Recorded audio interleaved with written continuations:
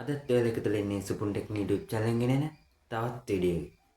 ඉතින් අද වීඩියෝ එක මම ඔයාලත් එක්ක කතා කරන්න යන්නේ ඔයා PC user කෙනෙක් නම් ඔයා PC user කෙනෙක් විදිහට PC එක දැනගත යුතුම setting කිහිපයක් සම්බන්ධ.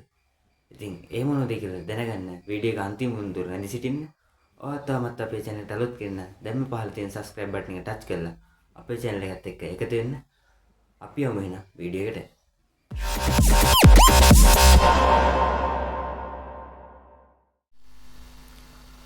අද ඔයාලත් එක්ක මම කතා කරන්න යන පළවෙනි setting එක තමයි කිසිම software එකක් use නොකර ඔයාගේ PC එකේ තියෙන settings වලින්ම app එකක් hide කරගන්න පුළුවන් විදිහ. ඉතින් මුලින්ම ඔයාලට hide කිරීමට අවශ්‍ය app එක උඩ right click කරගන්න. right click කරලා පස්සේ ඔයාලට මේ වගේ option කිහිපයක් බලා ගන්න පුළුවන්. ඒ option වල යටම තියෙන properties කියලා එකක්. අන්නේ properties කියන එකට යන්න. ඒකට ගියට පස්සේ ඔයාලට මෙන්න මේ වගේ open වෙනවා. මේක වලට මුලින්ම බලන්න security details previous versions general shortcut කියලා ඔන්න ඔයගේ තවත් option category කිහිපයක්. එතන වල මෙන්න මෙතන security වලට යටින් තියෙන general කියන option එකට යන්න. general කියන option එකට ගියාට පස්සේ ඔයාලට මෙන්න මේ වගේ interface එකක් බලන්න පුළුවන්. මෙතන ඔයාලට අදාළ file එකේ size එක සහ ඒක install කරපු date එක time එක බලන්න පුළුවන්. ඉතින් ඔයාලට මෙතන යටින් තියෙනවා read only hidden කියලා එකක්. advanced button එකට මෙහා පැත්තේ. ඉතින් මෙන්න මෙතන hidden කියන එකේ tick එක දාලා මෙතන යට apply button එක දීලා okay දෙන්න.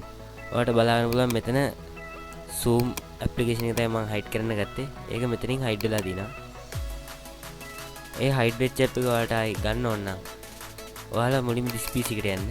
this PC එකට ගිහිල්ලා මෙතන උඩින්ම file computer view කියලා categories තුනක් තියෙනවා. ඒ categories තුනෙන් view කියන category එකට ගිහිල්ලා ඔයාලට මෙන්න මෙතන අන්තිමට ටික් තුනක් දාන්න තැන බලා ගන්න පුළුවන්. item check box, file name, hidden files කියලා. ඉතින් අන්තිමට hidden files කියන තැනට ටික් එක දාන්න.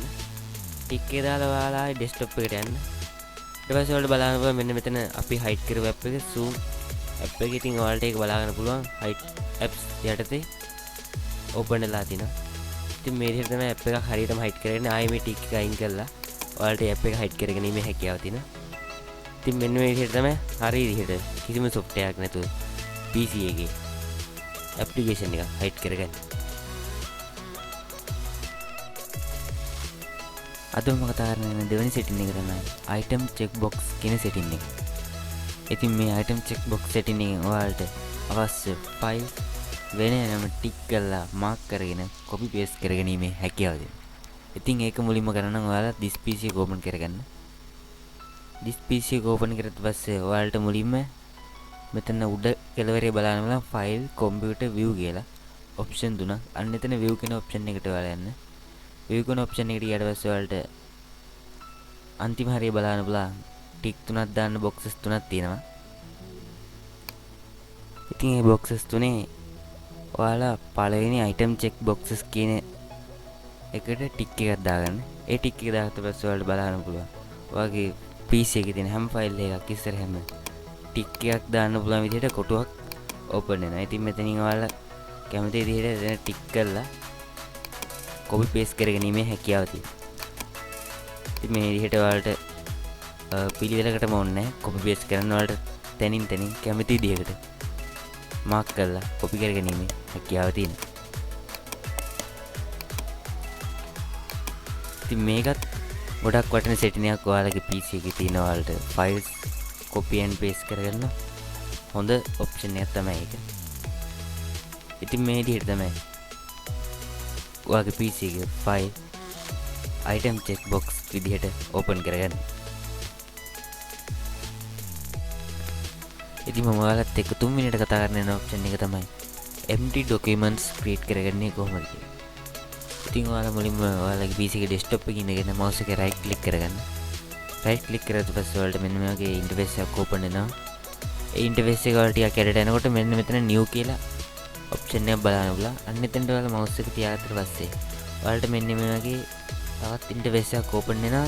මෙතන තියෙන්නේ ඔක්කොම empty folders ගන්න පුළුවන්. ඔයාලට මෙතන empty folder shortcut Microsoft Word document එකක් empty document එහෙම ඔයාලට මෙතනින් ගන්න පුළුවන්. text document ඉතින් මෙන්න මෙතන ඔයාලා ටෙක්ස්ට් ડોකියුමන්ට් කියලා තියෙනවා. ඔයාලා ටෙක්ස්ට් ડોකියුමන්ට් එකක් ගන්න අවශ්‍ය නම් මේකට ටච් කරලා පස්සේ ඔයාලට මෙන්න මේ ටෙක්ස්ට් ડોකියුමන්ට් එක ඕපන් කරගැනීමේ හැකියාව තියෙනවා. ඔයාලා එතෙන්ටම ගිහිල්ලා ෆෝල්ඩර් කියලා ක්ලික් කරාට පස්සේ ඔයාලට empty ෆෝල්ඩර් එකක් ලබා ගැනීමේ හැකියාවක් තියෙනවා. ඉතින් මෙන්න මේ විදිහට තමයි ලේසියෙන්ම ඔයාගේ PC එකේ empty files create කරගන්නේ. ඉතින් මම ඔයාලත් එක්ක අන්තිමටම කතා කරන ඔප්ෂන් එක තමයි කොහොමද PC එකක ස්ක්‍රීන් ටයිම් එක වැඩි කරගන්නේ කියලා. ඔයාලා මුලින්ම ඔයාලගේ PC එකේ ඩෙස්ක්ටොප් එකේ ඉඳගෙන mouse එකේ right click කරගන්න. right click කරලා පස්සේ ඔයාලට මෙන්න මේ ඉන්ටර්ෆේස් එකක් ඕපන් වෙනවා. මේක ඔයාලට අන්තිමටම බලන්න පුළුවන් personalize කියලා setting එකක් තියෙනවා. අන්න ඒක ටච් කරගන්න. ඒක ටච් කරලා පස්සේ ඔයාලට මෙන්න මේ වගේ තවත් ඔප්ෂන් කිහිපයක් බලන්න පුළුවන් ඔයාලගේ PC ස්ක්‍රීන් එකට දාලා. මෙතන 3 මිනියට ඔයාලට lock screen කියලා ඔප්ෂන් එකක් බලන්න පුළුවන්.